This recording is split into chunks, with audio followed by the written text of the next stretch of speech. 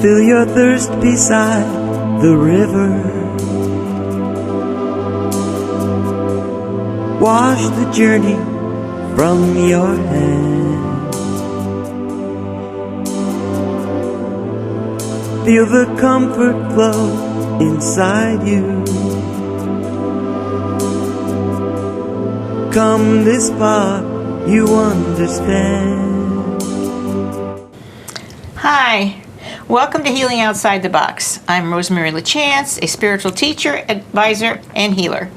Hi, and I'm Carla Augustin. I'm your co-host for tonight, and I'm also a spiritual teacher. This thought-provoking series is dedicated to providing you with food for thought information and answers to all modalities of alternative healing, spiritual development, animal welfare, environmental concerns, and so much more in the form of guest speakers who are experts in their fields. This series is recorded and will be shown in your area on your local public service cable network. Please contact them for dates and times. If you have a group that you think will be interested in what we have to offer, we are available to come to your group and teach. We will give you our contact information at the end of the show. Please visit my website and click on My TV Show, where you will find a wealth of information about this show. These shows are now available for you to watch free on YouTube. Just go to YouTube and type in Healing Outside the Box to make your choices. We are constantly adding new shows, so keep checking back. We're also on Facebook under Healing Outside the Box. Please like our page for the latest information about the shows. We hope you enjoy the show. Okay, tonight is our 235th show, and the title is Shamanism is the Root, Not the Flower. And we have with us tonight a very dear friend and a spiritual mentor, Gregory Besek. Welcome, Gregory. Thank you. Welcome. So good to have you. It's such a pleasure to meet you. Thank you for having me. We've had him here a few times, and it's always been such a great show and was well received, even on YouTube. So let me tell you a little bit about Gregory. Gregory Besek is a lifelong spiritual mystic. Raised a Roman Catholic, he began his formal spiritual training in 1972, becoming a solitary monk, and by taking religious vows of poverty, chastity, and obedience. In 1974, Greg entered into formal monastic life, where he lived for an additional 5 years as an ordained monk in the Hindu Order of Divine Light Mission. Since 1989, he has mentored, taught, and counseled a vast array of individuals from all walks of life and all religious denominations. He developed and taught a 9-month introductory course called the Roots of Shamanism, as well as many advanced trainings in shamanism, along with numerous other spiritual disciplines. How about that? All right. So how long did you live a life of chastity and obedience? It was about 8 years totaled. Wow. In my 20s, by the way. Wow. Most roughest time. Those hormones are roaring. How was it? Yeah. Actually, it was very, very beautiful. Oh, was it? It was absolutely wonderful, yeah. We were taught to look at every woman as a sister. That's where, growing up through teens and going into my early 20s, women were anything but my sister a lot of times. You're always looking to have a date or something, Yeah. And then it just became too much. And it was just, what do I need to do? What's the right thing to do, And so I took on spiritual disciplines, and it became very obvious that every woman is my sister. And to keep it like that was a very powerful experience. I bet it was. Yeah. Interesting. Okay. The Bodhi tree. The Bodhi tree. That is the name of what? Of the... That's my healing platform. It's the place, that's the absolute physical place where I do my teachings. Right, okay. This is what you said about it. It's a place to explore and expand all forms of spiritual practices, including core and multicultural shamanism, Hindu, Buddhist, Jewish, Muslim, and Christian meditations and practices, and to provide support groups, meditation retreats, Dharma, talks, and satsang. I never forget how to say it. Okay, so tell us about the Bodhi tree, your main teaching platform. the Bodhi tree is just, I named the place that I do my teachings. And the Bodhi tree is actually the name of the tree that the Buddha received enlightenment underneath the Bodhi tree. It means the awakened state, the awakened mind. And so I decided to adopt that name to call this space that I occupy now. And because this is where I bring people, I bring myself, and I do a lot of my meditations out there, and a lot of my clients I see out there, but I also hold workshops out there. And so it's for all of us to awaken, to continue our awakening, so that we can, help take care of ourselves, take care of each other, and hopefully start taking care of the world a little better. Mm-hmm. Is the Bodhi tree located near where you live? Yes, it's behind where I live, my house in Middletown, Connecticut. Okay, and it's behind it? Yes, your house? Yes, it's a large space back there. That's nice. Yeah. Mm-hmm. Nice. What do you teach there? I teach a lot of things. I teach, of course, I teach shamanism, but I also teach, being a Hindu monk for many years, I'll teach a lot of aspects of Hinduism and the Bhagavad Gita, the different meditations, Patanjali sutras.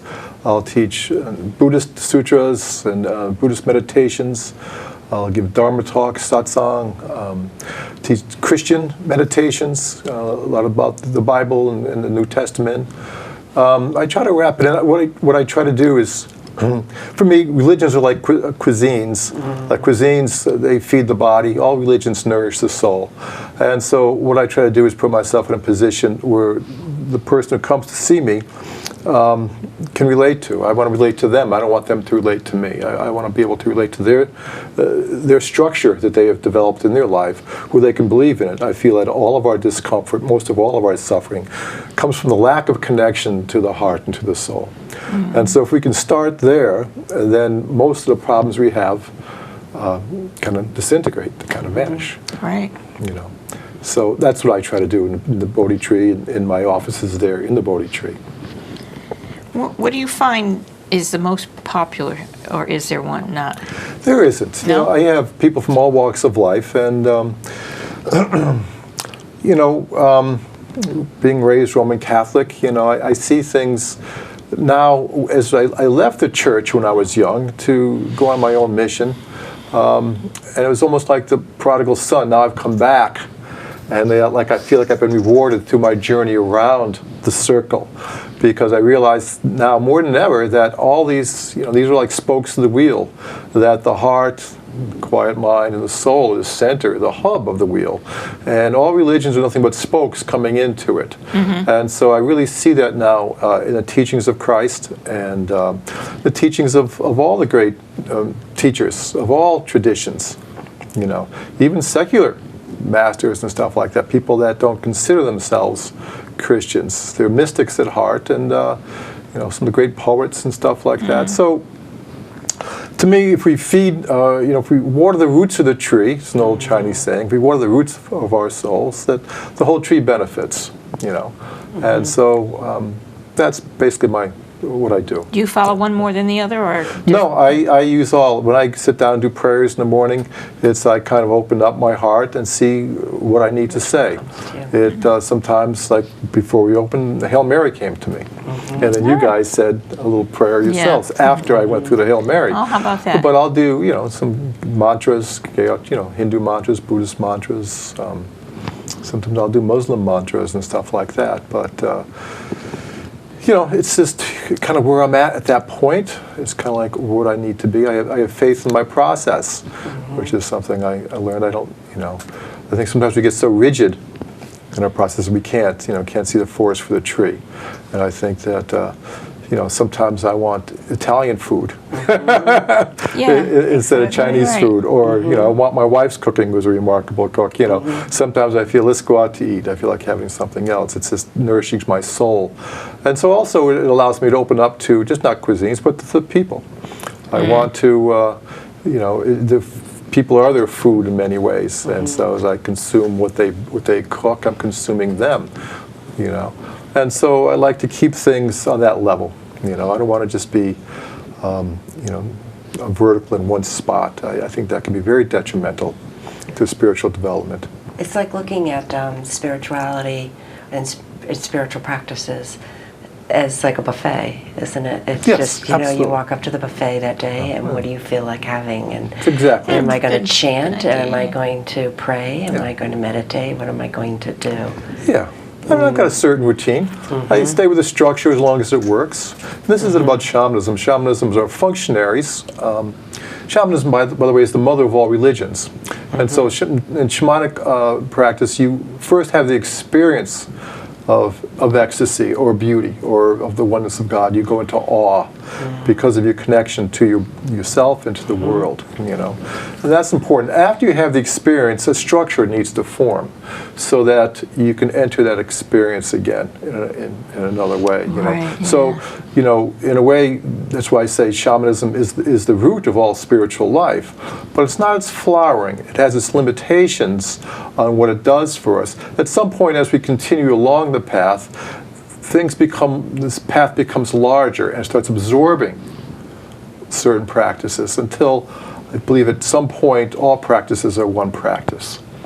All lives are one life. Yeah, you're right about that. know. We're all going to the same place, no matter what path, what road, or what we do, right? Yeah, the key is to have that loving and compassionate heart. Yeah, for everything, and all respect what everyone wants to Yeah. believe and do, as long as they are showing their loving heart, their understanding, they're open, as long as they feel that way, the kind of people they are, Yeah, well, there's a wholesome life, It's called, most all traditions are rooted in sound ethics and morals. These are the foundations, these are the barriers, the boundaries that we must live within, because we are animals. Human is an animal, and so we still contain a lot of desires, a lot of fantasies, especially in the human mind, where desires are inexhaustible. We'll continue to have them. We need to learn to control those to enter into, at first, kind of like a narrow path, like the eye of the needle. But once you go through, it is an infinite path. It opens up to infinity, and so, and I think that's where a lot of people get stuck. It's kind of like, well. When I was a monk for so many years, how do you do that? How do you not, be vegetarian? No chit chat. You couldn't just idly talk about things. Things had to be directed towards God or the Spirit, however you look at it. Otherwise, you kept your mouth shut. Vegetarians, we went to spiritual discourse every night, and went to satsang every night, and then we meditated hours a day. And it was a very simplistic life, but it was, so rewarding because what you're looking for is inside of us, and this is how we tap into it. It's just like, relax, you're already there. Zen has a great saying that I like to repeat, and that is, we're like fish in the ocean looking for water. Yes, I've heard that's so true. So we want to be able to unlearn the way we've learned and be who we are, and then let the learning take hold. The mind's a very powerful thing, but it's, the thinking is not really who we are. We identify with the constructs of our minds, and those are just the tools. It's not who we are. It's almost identifying the moon as the source of light. The ego is like the moon. We think, oh, it has a light, therefore that's what I am. But really the source of light is the sun. And that's our soul. So we just have to unlearn. When I teach meditation, people say, how do we learn meditation? I said, you learn not to learn. Not to learn the way you've always learned. It's not, 1 and 2 equals 3 or 4 or 5 or anything. It's kind of going beyond the thought process, relaxing into, your natural state, into the ocean of consciousness. To maintain that with love, as Christ said, to love thy Lord, thy God, with thy whole heart, thy whole mind, thy whole soul. All traditions say the same thing. It's really rooted in the awe of God, of looking at the trees. We're talking about the autumns and the beautiful trees turning, about to turn pretty soon, and looking at the sky and the clouds, beautiful clouds tonight, and just allowing yourself to be in awe of it all. You're right. Absolutely right. Nature's like a prayer. It really is. It's so beautiful. I'm fascinated with shamanism. I've always been, and the American Indian. I've always had such high respect for them because they were so spiritual. And I don't know, very interesting. Yeah, well, all cultures around the world, began with shamanism. Shamanism was, we couldn't have survived without the techniques of shamanism. Shamanism is just a term that was used, but it actually comes from a certain language, Tunzik speaking language in Siberia. And what it means is to heat and to expand. Certain people are born with the capacity to love the spiritual world very deeply. They really can't do anything else. Really, they're a failure. And everything else. And everything else. I didn't have any heart for it, you know. I had no heart for it. And I only had heart for the soul since I was a child. And so, in a way, the shamanic world opened itself up to me. I didn't even know what it was until I had an experience with it. But I had an ecstatic experience that blew me away, and I didn't know what it was. And when I found out that there was a term for it, you know, I looked it up, and that's when I began my studies in 1989 about shamanism. Up to then, it was mostly Christian, Taoist, the Hindu at that point, you know. There's core and multicultural shamanism. Yeah. Core shamanism is something that my mentor Michael Harner taught. Michael traveled around the world, and because we speak about shamanism now, we have to give him credit for this, that he brought it out into the public domain. It was always in academia, but Michael brought it out and started teaching it. He was an anthropology professor at NYU, I believe it was, and he started going to South America in the 50s. And started living with the Shibobo and the Shuar Indians, the headhunters, the head shrinkers, and stuff like that. But he discovered they had a different way of seeing life and experiencing life. And so he started studying with them. And then he came back to the United States and started studying with natives. Went over to Europe, started studying with the Samis over there in Norway and stuff like that. And he studied shamanism around the world and started practicing it. He was being taught. And so Michael came back and he started this foundation called the Foundation for Shamanic Studies. And that's when it started getting all this notoriety throughout Europe and throughout America. It was really because of him. So he kind of legitimized it in this country as not being something woo-woo, really. Right. Yeah. They were dying out. The shamans were dying out because as the first world started moving into the third world, you know, because we're animals and we love our desires, you know, what happened was these people in the villages and the small communities started wanting to be movie stars. They didn't want to do the shamanic work. They didn't want to stay home and do that. They had other visions. And I understand that also because life is hard there too in many ways, but it's also very rewarding. And it's something that we have to maintain for our own sanity, for our own health, for the Earth's well-being and health. And it's because we haven't embraced it yet. This is why we're having these forest fires right now in the rainforests, that we're having them out west, that we're having the huge storms, you know. We have not been embracing the environment. We don't know the environment. All we know is ourselves. In shamanic work, we kind of break through the portal of this is just me and my world and everything is out there and I need to control it.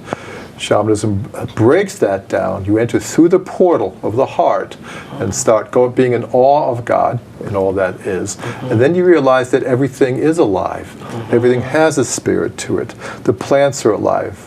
The lake is alive. The soil has life. The sky, everything is alive. In shamanism, the earth is alive, or the universe is alive and teeming with spirits. And then we start learning how to communicate with them. And then we start communicating with the spirits, and therefore we have a spiritual life because we're communicating with the spirits. And this is the beginning. This is the root of spiritual development. Right here, right then. If we don't have this, we are ungrounded, and we can't embody our spiritual lives into the earth. We can't. We are more in the upper world. We're the sky god, sky fathers. You know, we have to have the Earth Mother. We have to have her blessings. We have to have her grace with us. This is where the power is. This is the Shakti energy, you know, in Hinduism. You know, this is exceptionally important. You can't, you know, women are the creatrix. That's the creative energy. What can you do without the creative energy? You become stoic, become brittle. You know, That's and right. so we need the shamanic birthing. We need to be able to speak to the plants and feel them, feel that they're suffering, feel that those animals are suffering. And how we eat creates a lot of this stuff too, the suffering of the animals and the fish and what we do and how we abuse everything in this planet, including ourselves. So this is a cry out to awaken to the shamanic way of living. It's not, you can still have your Christian tradition or whatever tradition is. Shamanism is more of a verb than it is a noun. It is to heat and to expand yourself, to expand, to explore your innate nature of your spirit, of your soul. Just don't take it because someone says it's like this. We can go to church, and I still go to church occasionally, and sometimes I get into the flow of that, and sometimes not. And there are very many beautiful people there, but I can tell, and I listen to their prayers sometimes when they're praying out loud. They have questions, and they keep it confined into a certain area. And I heard one woman praying against the president, not this president, the past president. We shouldn't be praying against anybody. We can't hate. We have to love what's producing that hate, so that they will eventually, hopefully, see that hate is not the way to go. We can't try to snuff it out, is what I'm saying. We can't cure cancer with cancer in some ways. We just can't. We have to do a different path. And this is the path of Christ. You have to love thy enemy. Even though you want to put them in jail, where they belong perhaps, because they shouldn't be in society, but we have to have a different way. We can't just be like the ones we dislike and hate. And so we end up hating ourselves, we end up hating people, we end up hating the world. The path is truly love. The path is opening the heart, having the courage to do that. And I find that a lot of people don't have that courage. This is why these guns are so big in the United States, because men don't have the courage to be men. They need something else. Need something, They need something else to make them feel manly. And this is where we start going amiss. It's not like the people are bad people. It's just we start entering into a realm of ignorance of who we are, what we are, and how all of this functions. We don't know the functioning of ourselves, the functioning of nature, or the functioning of the soul. We just are ignorant of it. Well, we're not taught that. So it's interesting that you say like a shamanic way of living, and I never, we were talking before the show, I've taken a few classes in shamanism, and I've never heard it described as a way of living. I tend to think of the shaman going on a journey to find information and help connect you to your soul. But that's a nice way of looking at it, just a way of living. That's the shamanism way, is realizing we're connected to every living thing, and everything is living and alive, and having respect for that on the planet. And is that what you're saying? Yes, absolutely. Yeah. We're part of the fabric. Yeah. We're not the weavers. Right. We think we're the weavers, but we're not. We think we are. Yeah, we think we are. What do we do for this body? What do we do for the oxygen that we breathe? How do we keep our hearts? Is this us? Did I do that? Did I plan this? Did I plan the tree out there? Did I plan any of this stuff? No. Not the stuff that provides life. No, I don't. And even the things that I create out of that life. These cameras and the pictures and the electricity. We haven't done any of that stuff. Right. Who we think we are is just through our imagination, and we hold on to a dreamed up identity. That changes quite often. So these are the areas that we have to learn to explore. And this is what we try to teach the Bodhi tree. I've got private clients, and then it's just kind of and then it's classes and just, keep trying different to things. move forward. And it's just not like I'm a know-it-all. It's just like, no, I have to be in this process. Sure. We co-heal each other. We need each other in that way. And until we think that we need each other more than we need TV, more than we need the radio, more than we need each other. But we need open hearts, trusting hearts, and we need people that are willing to investigate their own belief systems, and to see where there might be flaws.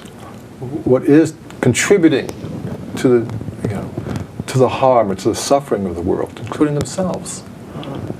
And this is where the joy comes, is like, there was a book written many years ago, 60 years ago, by this guy named Mircea Eliade. And he wrote about shamanism. He was one of the first to really study it and kind of group it together. And the book was called Shamanism, Archaic Techniques of Ecstasy. Of ecstasy. You know, how many people, I ask all the time, how many times have you entered into ecstasy in this life without taking the drug ecstasy? Right. You know, when you try to go through a chemical means to get it, but then it vanishes.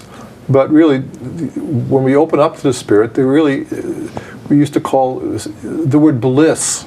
Bliss, yeah. Was something that people say, well, bliss doesn't really exist. There's pleasure and this and that, or happiness, but is there really bliss?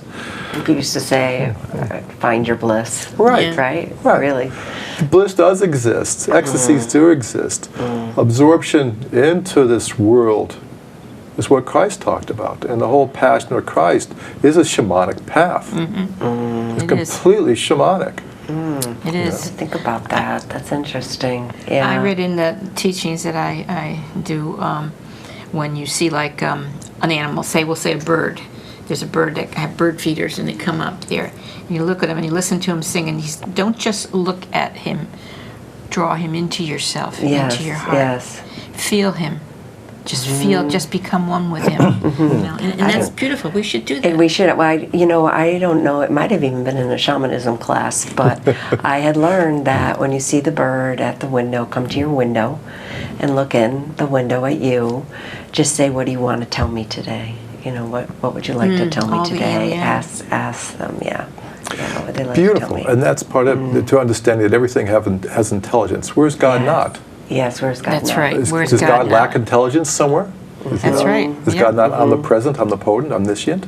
You know, but with the shamanic, yes, that's the beginning of shamanism. But also with shamanism, which is part of the ecstasy, is that you can actually enter into the animal Yes. and have the experience of flying, have the experience of running, have the experience of swimming like a porpoise. We are interchangeable. When the Romans entered, way back 200 AD, when they entered England, and they asked the Druids who they were, the Druids had a fascinating answer, and it's all written down.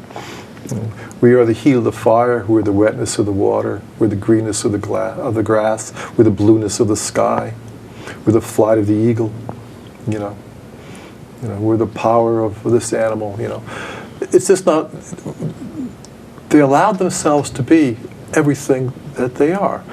We are the earth. Our bones are made up of the minerals. We are the minerals. We are the earth. Our water, we're 80% water. Oh, yeah. We are the oceans. We are the rivers. We are what we eat. We are the plant life. This is our flesh. We are the fire. We have combustion in our systems. We have fire. We're constant 98.6 unless we get sick. Then it burns up more because it burns the impurities out. So we are the fire. We are the wind with our breath. We can blow a candle out. We have breath. We have wind. But most of all, we're also space. And space is, the mind. Where does the mind begin? Where is the beginning? When you close your eyes and just focus within, where is the beginning there? Where is the end? Where is the north, the south, the east, the west? Where is the upper, the lower? There is none. It's infinite. So we are infinite space also. Yep. There's no thing I said. There's no above. There's no below. There's no back. There's no front. There's no side. The left to the right. There's nothing. It's just, It's outside the box. That's cute. Right. Yeah. It's people that just in a rush for their worldly life, making the money and getting the things and buying and doing, and to rush. No one. How many people take the time to do that? Not a lot. Very few. But we're all in this together. We Yes. all have still those tendencies, and these are the things. That's why we need each other, is to reflect back to each other. I mean, good people, we want to do the best thing, but sometimes we still get stuck. I want to know. See, in the spiritual life, you look for your flaws. You don't want to try to hide them. Absolutely. You look That's for so them. right. Yep. Yeah, You that's look what and it say, is. "This is not. I will That's not." why it takes courage. That's right. Yes. Yes. Yeah, absolutely, Carla. Absolutely right. It Really, takes courage. truly. Yeah. Wise words, both from both of you. Yep. Really. Yeah. Really is. Yeah. What kind of support groups are there? Well, just beginning the support groups. Obviously, meditation. Meditation is a big thing to be supported. We need, a community. We need a sangha. We need a spiritual community. However you want to term it. We need each other, and so we have to support each other. So meditation, prayer is a very big. We need to support that. Support people who are going through trauma. That's a big thing. I'm starting a death and dying type of support group, but also one that explores the realm of dying. What is dying? People are, what makes the grief so hard is we don't know. We just have never really explored death. We're too afraid to look at it. But a spiritual life teaches us that there is no death. Right. And so we can say, well, there is no death, but still we still have fear of it. In the shamanic culture, they actually explore it. We go into it. We actually, there's some sacred rituals that we can do to experience really like being shot, being killed, where the soul separates from the body, and you see what happens to someone who's been through instantaneous death, that they don't know where they are. People who commit suicide think that they're going to escape. You can't escape. Right. You end up right where you were. Yeah, you have to come back right where you left off. And well, you still experience, even before you come back, you still are there. And so we need to be able to explore these areas so that, and I've done this a number of times for some people who going through cancer. They said, I'm going to pass. I want to be helped to know where I'm going, what's happening here, And so that's been a great blessing for me. But I also teach a workshop. It's called psychopomp work. Psycho means soul, and pomp is the conductor. You help souls that are lost, about to move over or have moved over. That sometimes souls, there's houses that souls will not leave, spirits will not leave. They're terrorized. They're afraid to leave. They're afraid they might go to hell. They're afraid of losing their addiction. Many areas. And so, we have to go over and try to be compassionate to those souls and see if we can help move them onto their soul's path. But the soul sometimes wants to come in. And sometimes people are having a hard time getting pregnant. And so there's ways to help them spiritually prepare themselves to nest, to form the nest so that the soul has a place to go. And so that's been kind of wonderful for me, because a lot of women I've worked with have been unable to hold pregnancy or get pregnant, 4 or 5 years. And, and they've been on every kind of medication and all the different routines they go through, and they're suffering. And then it's just basically a lot of times just some kind of thing that's going on in their heads, in their minds, some kind of fear, some anxiety. Will I be like my mother? Will I be like my grandmother? Will I be like this one? Or I don't think I'm strong enough. Or sometimes just with the husband. So we try to work these things out so the soul can just be what it is. So life can be in the process without getting in our own way. And so we help souls come in. We also help them go out. Been at the hospice a couple times, helping people move through. There's a woman that was in the hospice for 30 days, and one of my students called me up, can you come down and help me? So I get my mother over. Within, a half an hour, she went over. She just needed to be heard. She had a few last things to say before she could let go. And so I was able to do that work for her and say what she needed to say. And so these are areas that shamans work, and it's desperately needed. But there's also something, again, beyond this work. Some people stay within balancing the world, trying, if we're sick, we're going to give the medication, the medicine, whatever it is, to help balance it off. And that's what we term shamanism. But shamanism at some point releases to the larger spiritual awareness of all that is, of all of creation, of what we term God, or what we call really the great mystery. Yeah. I say that, people say, what is God to me? And I always say, well, there's a great mystery that we can never conceptualize, and that's where we try to merge within that, because that's our essence. That is us. It's in everything. But then this great mystery has 3 attributes. And one attribute is to generate form out of itself. So the great mystery is everything. Out of that everything, it generates form. It operates the form. So we have a generation, G, operates O, and then it dissolves the form back into itself. Again, D, G-O-D. So that's God to me. God has attributes of generating form, operating the form, and dissolving the form back into itself again. And without the knowledge of the essence of all that, we are lost. We don't know what's going on. We don't understand the generation, operation, or dissolution of things. We just don't know. And the big poisons in Buddhism and Hinduism, the biggest poison is ignorance. Ignorance of what is. Everything. If you have ignorance, then you have two more poisons, and that is attachments and aversions. You have fears of some things and attachments onto the other. And that's what the Christians call sin, because no longer do you put God first, now you're putting your attachments and your aversions first. So you turn your back to your essence. So, I've talked to people and listened to different programs and things where people are actually afraid of reincarnation. And they don't want to believe that. They don't want to know about it. You know? Yeah. They just think, well, what the Catholic teaches, you know, you die, you get the last rites, and so automatically everything is forgiven and you go right to heaven. You know, I guess that's what it is. They don't like the reincarnation. They don't like to know that we live forever. They're confused as to, are we in spirit up there? Do we get these bodies back? I think they might think we live forever, but not necessarily we come back into human form. That's the thing. I know. But if they use the common sense, if you don't understand what you did wrong, you don't understand what you have to learn, you don't understand any of that, what was the life all about? Just two different structures. One is based in the patriarchal tradition, and that is they were hunters, basically hunters. They killed the animal, they eat the animal, and then the animal was no more. And therefore you have, God the Father, and you live once, just like the animals do.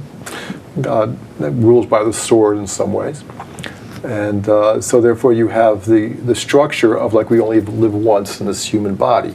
I can kill an animal, the animal's not going to come back. Maybe the mother will give other birth to other animals, but that animal will not come back. I will not come back.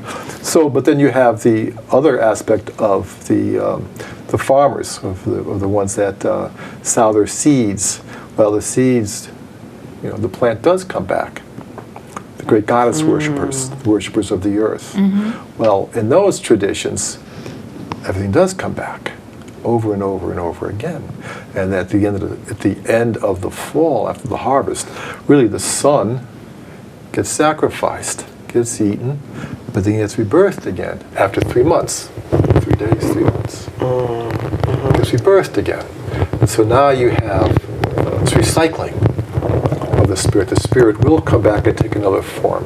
And who's to argue? I mean, I don't think we need to argue about this or that. It's kind of like, use your structure. This is your lifetime. Do the best you can with this lifetime. Continue to explore. If you feel like definitely it's reincarnation, explore that more. See if there's, maybe not, Yeah, that's right. And maybe if you believe that you only come back once.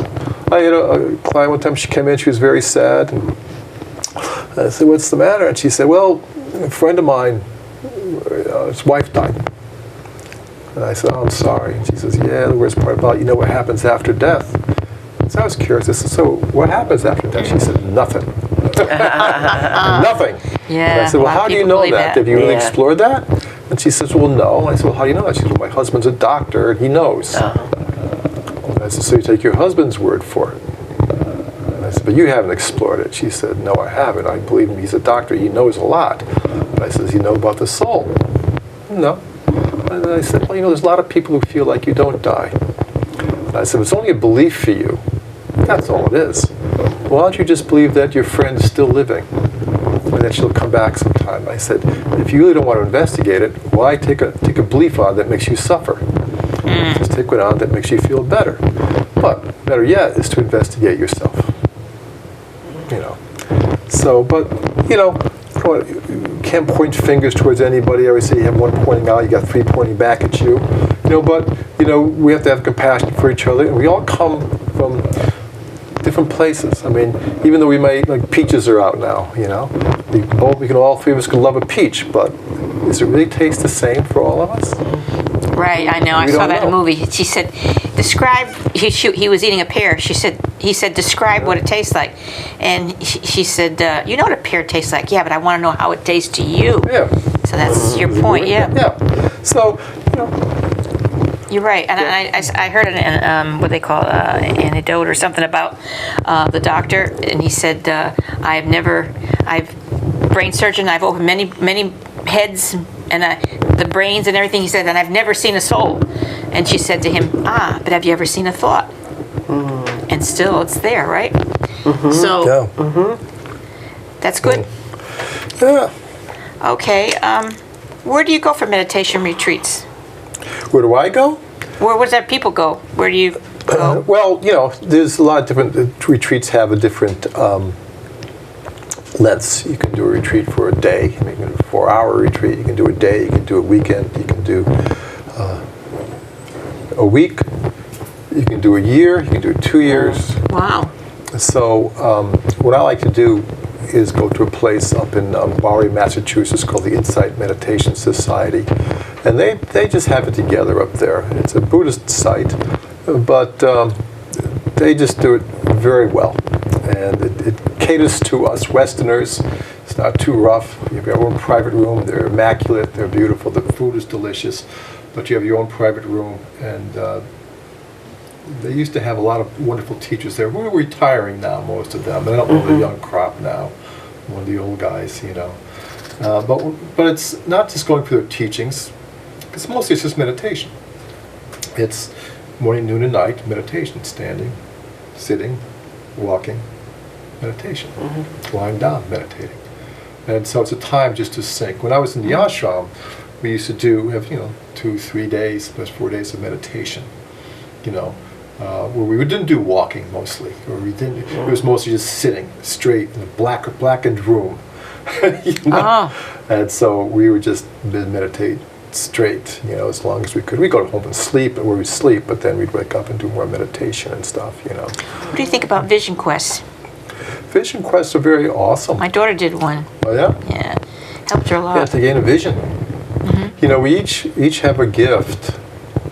Each of us has a gift, you know, and in order to find it, we have to be in the flow, because it's residing in our hearts, in the sacred heart, not into the heart that's taken up by the world, in the sacred heart.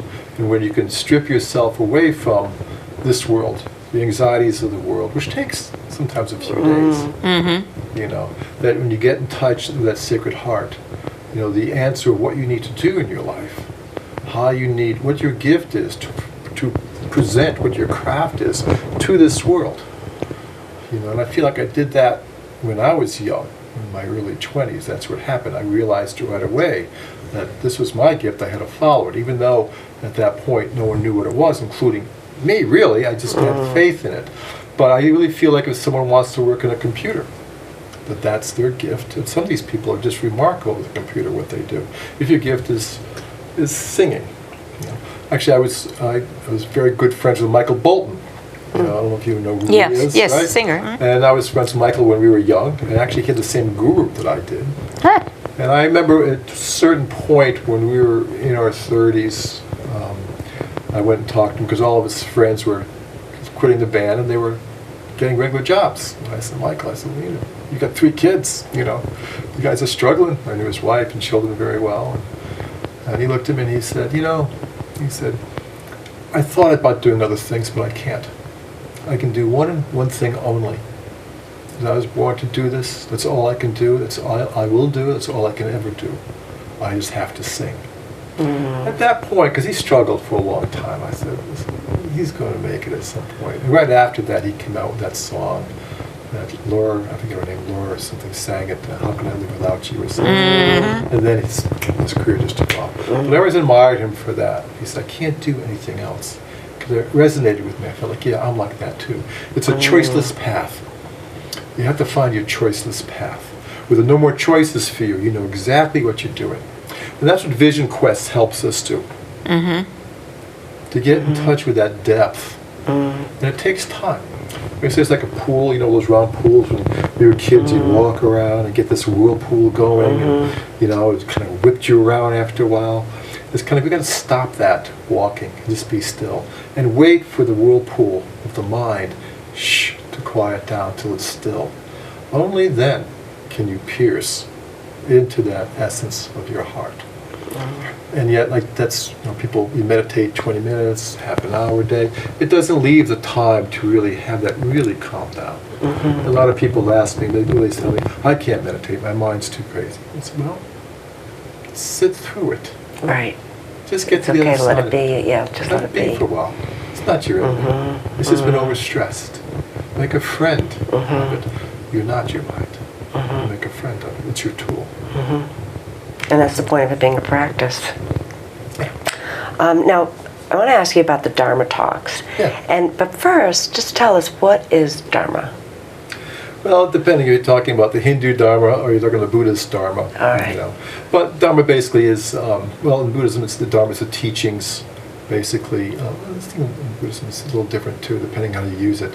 It's the teachings of the Buddha. That's the easiest way to study the sutras of the Buddha. You know. Dharma in Hinduism is like following, you know, the path of truth.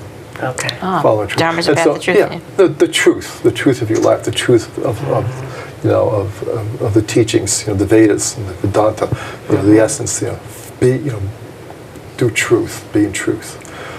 Truth is the consciousness of bliss. It says Satchit Anand, and that's our natural state. Is Satchit Anand, truth, consciousness, and bliss. Okay. So if we stop the whirlpool, we go into this depth inside of us, which is the truth. With the truth, we are conscious of the bliss that resides within us. And that was our greeting and our parting when I was in the ashram. We go, Jai Satchit Anand, which means glory to truth, consciousness, and bliss. We see each other, Jai Satchit Anand. You know, Jai Satchit Anand. We wouldn't say Namaste, it was Jai Satchit Anand.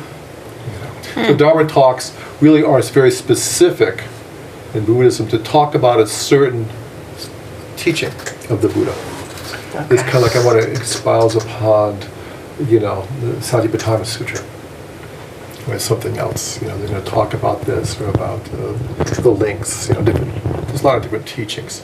So it's more specific, and the monk who's in charge will understand. A lot of times have notes or an understanding how to follow to bring forth this teaching. Satsang is more Hindu in a way that it is free-flowing. It's kind of like you stand up in front of a group where you're called. And this is what I did when I was in the ashram. Every night we went to satsang. And everybody sat there, and usually it was someone up front who would kind of be the MC and say, Greg, would you please come up and give some satsang to us? And you wouldn't know what to say. So you go up there, go into meditation, and just start talking out of sheer inspiration of life.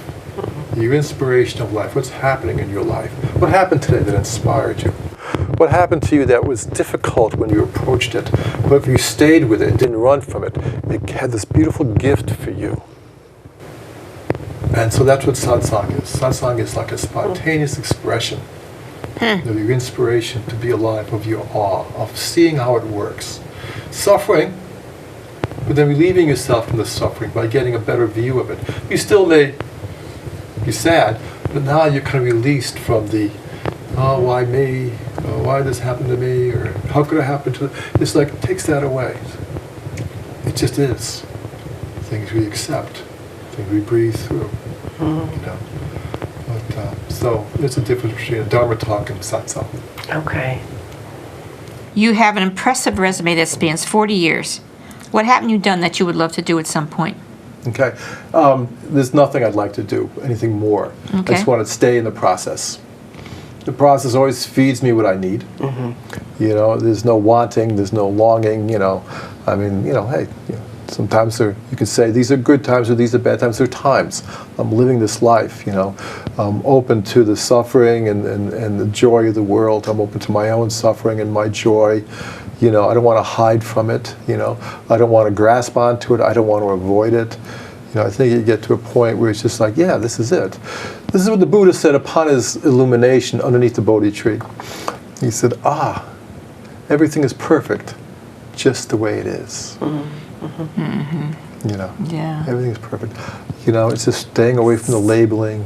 So you open to just what comes your way, Yeah. kind of day by day. If you had an opportunity to go someplace different, to travel, you would. If you have an opportunity to take a class, you would. If it's in the flow. If it's in the flow. Yeah. Okay. All right. All right. Yeah. So in the flow, meaning if you're feeling it, If everything is right, if everything's right. you know, I mean, Everything points in that direction. my wife, is it good with her? Is it good with the animals? You know, is it good for my clients, for people that depend on me? You know, you know. And do you find that answer out in meditation? Do you find? Is You know, that- there's something that it's not a verbal answer. It's just kind of like the heart speaks. the inner knowing. You know, it's an inner knowing, and it's just like paying attention. It just, you know, it's like this is a go. And you wait. It's like what you learn in shamanic journey work.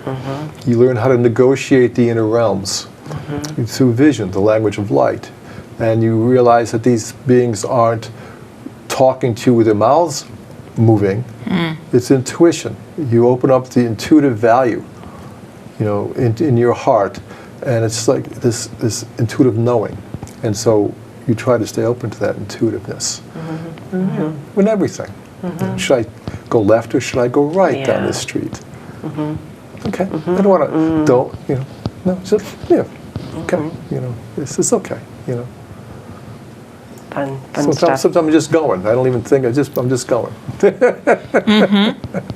What does it mean to be truly spiritual, truly enlightened, and to attain enlightenment? Oh, okay. You take a drink on that. Take a drink on that right. one. You know, I think that we have to get out of our own way. I think, you know, we learned some bad things growing up. Our culture, as we separated into individual beings, we learned not how to learn. We learn through thoughts. We learn through memory.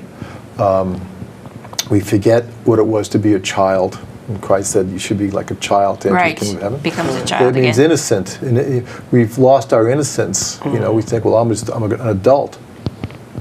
Well, you know, so I mean, what is an adult? We have to maintain that innocence. We have to, and that innocence is essential to the growth of ourselves and to all that live. And so, you know, enlightenment, I think, is just that, is being in your innocence, not trying to push it, not having the attachment, not having the aversion. As the Buddha said, it's perfect the way it is. Not that we don't participate, we do. You just don't sit back and say, well, it's not, I'm just going to sit here. Yeah, right. No, we participate. We follow our hearts are beating, our lungs are pumping, our bodies, we have to go eat, and then we have to go someplace else after. We're participating already. So how do we participate? We're in this world, and we need to be part of this. We have a gift to bring forward. It's our own preciousness. Everybody has a different face. Everybody has a different feeling. The peaches are different. We all have a way of looking at things. An artist can't be a copycat. An artist finds their own expression, though they've been trained by a number of masters, perhaps. Eventually, they've got to break all that training. They've got to shatter it so they can find themselves within it. That's true. You know, and so it's to be that artist. Everybody is going to have their own experience. You know, I really feel that what helps us is when we learn, you know, mindfulness is a very big teaching right now, mindfulness meditation. And I feel it's very unfortunate because what should be coming before mindfulness is a shamatha meditation, which is tranquility meditation. If your mind isn't tranquil, it's hard to let go of the thought process, you know. And so to become tranquil, to see and to experience what's behind the thought process, it's there, more so than the thoughts. It's kind of like we're paying attention to the clouds and not the sky. Ask the question, how is my mind like the sky? And start identifying with the sky nature. Open, luminous sky that goes on forever and ever and ever. And when we formulate that connection, then we come back in the world and go, yeah, okay, this is fun. Most of the time, it can be difficult. I can participate fully. More fully than if I had attachments and aversions. Mm-hmm. I'm not afraid to love. I'm not afraid to walk away from a job. Fear vanishes. Mm-hmm. And then life unfolds. Mm-hmm. You know. So that's where we're looking. And that basically what is enlightenment is, the luminous mind, the luminous heart. Oh, interesting way to put it. know. Yeah, luminous mind, luminous heart. Yeah. All right, and so it's really the same thing when you hear the term attain enlightenment. It's really just that you're living that all the time, but that, Well, you live there, enlightenment, we are there all the time. It's just we bring clouds in to shadow it, to think that, well, this is happening to me now. When this is over, this episode, then I'll be able to meditate. Right. Meditate right now, when things are going like that. Yeah. It's troublesome. Sometimes then the money or someone gets ill. My wife just had a bout with cancer and stuff. It was a difficult time. I cried with her, sat with her, but it's okay. It's just like, this is a process. This is the prajna. This is where we need to be. This is given to us. It's coming through us. It's for me to share this with her, and everything keeps moving. I think we should just accept what is and then do the best we can. Yeah, to bring it back to wholesomeness. Yeah, that's just the thought that came to my mind. We don't accept what is, we fight, we get angry, we say, why has this happened to me, blah, blah, blah, and all that. Don't go out and search for answers and look for that peace in everything. Yeah. Look for, love a disease. Just love it. Give it love. Love it and ask what it's trying to show you. Things like that. Yeah. People like today seem to be on a treadmill. Yeah. Just going nowhere. Yeah. Just... I don't know if it's actually you love the disease, but you can love what the disease is exposing.